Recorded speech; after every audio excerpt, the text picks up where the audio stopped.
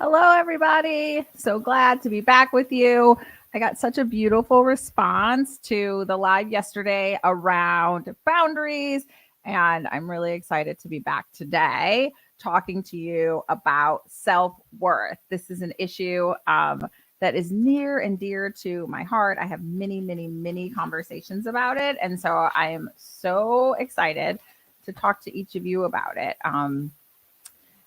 So thank you so much for joining me either now or later. I'll start by saying definitely if you have any questions, feel free to share them in the chat. I'll answer, or any comments, feel free to share in the chat. This is definitely a conversation that I'd love for us all to have together. I'll start with a brief introduction. I am Brandi Michelle, and I'm a happiness coach, which is like the best job in the planet. So we all know the quote unquote fundamentals of how to be happy, really this idea of meditation, having a beautiful gratitude practice, prioritizing relationships that mean the most to us. But oftentimes we still have like some level of unhappiness, a lack of fulfillment or purpose. And I really teach people how to apply these core fundamentals in a way that actually works for them. Additionally, I have a gift of helping people bring awareness to that which is unknown or interfering with them truly being happy. This allows people to check all the boxes of success and achievement to finally cultivate true happiness. And the best part of cultivating true happiness is that it actually allows for success to flow much easier to you. So it's like this really beautiful benefit that we oftentimes don't talk about as much. So today we're going to have a conversation about self-worth. We're going to start with kind of like, what do people think self-worth is? And then we're going to shift to kind of what it is, why people sometimes have a low self-worth. And then I'll cover a couple more topics, but I'm going to, again, make myself available to any questions that you might have or anything of that nature as we go along. So first and foremost, oftentimes, like when I ask this question in my group coaching sessions or with my clients, because this is a topic I spend a lot of time on, they really believe that self-worth comes from these external factors, right? Such as wealth or success from a career, appearance, right? Like beautiful people are more worthy, or accomplishments. And they may have been raised to believe there's certain standards or expectations that they have to constantly align to in order to be worthy. I also have had clients who believe that like self-worth is fixed and you can't really change it, which I'll come back to. That can be true if you have high self-worth, because we'll talk about like what self-worth is. But I think the overarching kind of umbrella is this idea that most people believe that self-worth is conditional, and that there are things that you can do or ways in which you show up in the world that really align with kind of your worthiness. And there is this kind of inherent struggle, right? And so, what I always say to people around self-worth is there is this idea that if you show me your life, I'll show you what you believe you're worthy of having. So all lack is a worthiness issue, right? So there are some things in the world that you just don't aspire to have, to do, to be in this lifetime. And so we'll set all that aside. But if you have this dream, this desire to align with something in this life, and you feel like you're yearning and kind of spinning around it, and you cannot figure out how to align to it, I really invite you to take a step back and really assess, like, do you feel inherently worthy of having it? Right? Because when you feel worthy, I will tell you that in the near term or in the now, you will align with that very thing in your life, right? And so self-worth is the foundation upon which we build the life of our dreams. I'm going to repeat that for all of you in the back, because that is so critically important. Self-worth is the foundation upon which we build the life of our dreams, right? And what's so beautiful about that is now we'll talk about kind of what is self-worth. Self-worth is the belief in one's own value as a person, regardless of external circumstances or achievements. So we are all born inherently worthy. So if you are listening to this, I would ask you to say out loud, we are all born inherently worthy, regardless of external circumstances, regardless of achievements. And your worth is intrinsic. You are worthy simply because you are being. And there is no comparison in self-worth. So someone who has an amazing life and someone who is really seeking to change most aspects of their life are equally as worthy. There is nothing that you can do. If you think of kind of the worst action that you would ever imagine taking for yourself, and then you were to actually do that very thing, it would not make you any less worthy. And the beauty of this is that means in every moment we have this opportunity to choose again, to have a different life, to really align with that which we are seeking. And that's arguably the gift of a lifetime, right? And so the goal is to really have an awareness around your feeling of worthiness, right? And so worthiness can show up in many different aspects of your life, right? Like I oftentimes talk about there being three pillars that we're all circling around in life. So one of those pillars are like health and wellness. And so things that fall in that category can be kind of weight, it can be looks, it can also be like serious illness, right? So that's health and wellness.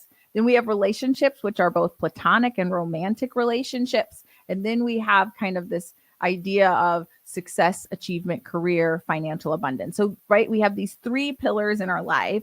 And amongst all of those pillars, we will have an idea of how worthy we are of aligning with our dreams in that category, right? And so there are some things that will happen to us in our lifetime that will cause us to no longer feel worthy, right? Because we're, again, born inherently worthy of having whatever you are seeking, right? Like, I believe that fundamentally, if you have a dream for your life, it was meant for you, right? As long as you have a good reason, right? So if there is something that is on your heart to align with, it's because you are supposed to, in this lifetime, have that very thing.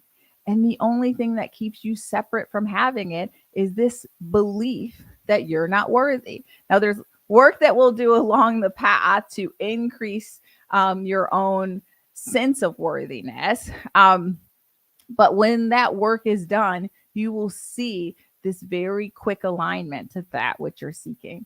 And so if you think back kind of over your lifetime, right, there's childhood experiences that can impact our worthiness. So for example, if you were raised in a family that didn't have kind of modeling of positive relationships, perhaps you'll not feel that you're worthy of having a positive relationship because you never really saw one in your lifetime, right? If you were maybe belittled as a child or told that you weren't very smart or capable, perhaps you won't really align with financial success because you have this belief that smart, capable people have financial success, right? If you had trauma in your life, such as accident or a loss of a loved one or violence or something even more than that, that certainly can impact your self-worth. If you were raised in a family that had this kind of constant social comparison, right? So if you were always like outwardly focused on what was as the gold standard, then you aren't really, again, as we talked about yesterday, like taught this beautiful skill of really just loving yourself and choosing yourself over and over again. So social comparison is a big aspect of self-worth, especially when we grow up in a culture, in a society, and oftentimes in families that really have this idea of comparison. So I was raised in a family, I love them to pieces, but I was raised in a family that really had these ideas around kind of weight and what weight meant and what weight didn't mean. And so I found myself constantly on this roller coaster of weight. And so I was an athlete, so I think I was blessed to always be working hard. But I felt like no matter what I've ever weighed in my life, and I've never been like a very, I've never had like obesity or any of that in my life, but I never felt like I was at an ideal weight, which is crazy, right? To think that I've gone like these 45 years of my life and I've constantly been thinking, because of the social comparison in my own family, about like what like was ideal. Okay. And so we can really get into this place of social comparison, or if we were raised in a family that had these really high standards, then we can again have an impact to our worth. So there are so many things that impact our worth, and it's really important to take a step back and really acknowledge those things. Speaking of acknowledging, I want to say hi to everyone out there. Thank you so much for joining. It's so nice to see friends here with me and supporting me. I think as I've made this shift in my own life, having people kind of really show up has been really special to me. So just want to pause and say that. And so I think that, we've really covered like what is self-worth, how do we get low self-worth, and what do we think self-worth is, and how it's important to really kind of get to this place again. It's worth repeating, where we just know that we are born worthy, and that all that you aspire to have, do, or be in this lifetime is meant for you.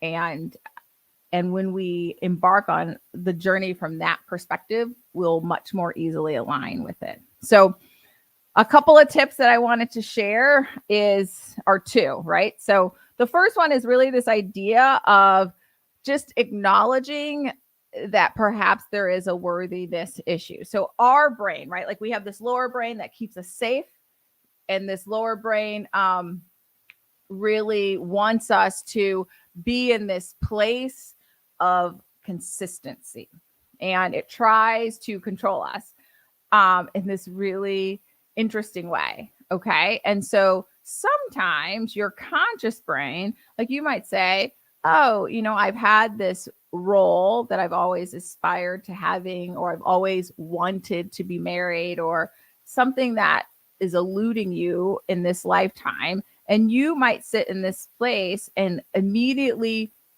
want to say, but it's not a worthiness issue. I hear this nearly every day. Like when I'm talking to clients, they'll share, well, it's not a worthiness issue. It's not a worthiness issue.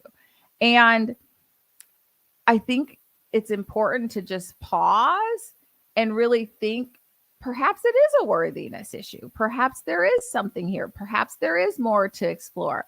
So I invite all my clients to really remain curious, right? Because if you say to yourself, oh, that's not what it is, then your conscious brain is really just trying to protect you and keep you in the same place, right? And so I oftentimes, again, have clients who are like, well, it can't be that I don't believe that I'm worthy of it, right? Because even though all of these things happen in our lives that can erode our sense of self-worth, we still sit in this place, especially like successful, smart people sit in this space of saying to ourselves, no, that can't be it. It isn't that I have a worthiness issue. I hear that nearly every day, right? However, if we can approach it from a curiosity perspective, right? So it will never be that you are wholly feeling unworthy, right? And so I think early on for me, right, like I had this amazing 20-year career nearly in corporate America, and I had a ton of success. And I always thought that I was like worthy of doing that and worthy of having success. I was worthy of leading amazing sales teams and exceeding my goals and making lots of money kind of in that role. And that was always a belief that I had, that I was worthy of having that. And then as I made the transition into this chapter of my life as a happiness coach, right? Like as someone who did not have a full life of always, I had beliefs around that. And so that transition early on wasn't easy for me. And that was a worthiness issue. Like, have you done the work in a way that allows you to now help other people kind of move their lives forward in this way? And so for me, I had to really reconcile that. And so I invite you guys to say that you can hold both sides of it, right? Like there can be many aspects of your life where you feel wholly worthy, and those parts of your life are going to show up beautifully, right? So I have kind of an amazing family. We don't worry for much, and I am reasonably healthy and happy, and I've had this beautiful long-term career. And also, right, like, so holding both at the same time, I'm in this place of like early on wanting to birth this new business where there were these doubts and there were these ideas of like, am I worthy? Okay. And so it's really important, again, to remain curious and acknowledge kind of where the work needs to happen. And when you do that, then you can really embrace that we are all worthy, and there is something that everyone can learn from one another, right? And so as you take these tips, really one of them that I want you to leave with is this idea of being willing to say, like, maybe there's work to do here, and also having a lot of grace with yourself, right? And so I used to be really hard on myself when I didn't meet the standard that I was seeking. And now I just know that everything in my life either moves me closer to where I am trying to go, or it allows me to learn a lesson that then helps me to move closer, right? And so we either get a lesson or we move closer in every interaction. Okay, the second thing that I want you guys to take away around worthiness is, and I'm going to say this again twice for the people in the back, is the importance of walking away from things that don't align with your worth, right? So yesterday we talked about how important it is to send signals to the universe around what you are and are not available for, right? So all of our actions are really telling the world like what we are available for. And so there is this beautiful idea of having a knowing that the exact thing you're seeking will show up for you, and you don't have to settle for less, right? And so there may be a path to getting to where you're going, but that path does not include settling. And so we must really realize that when we walk away from something that doesn't align with our worth, we are actually setting ourselves up for more success in the future. Okay. So I have really enjoyed sharing with you all kind of these ideas today, as well as the tips.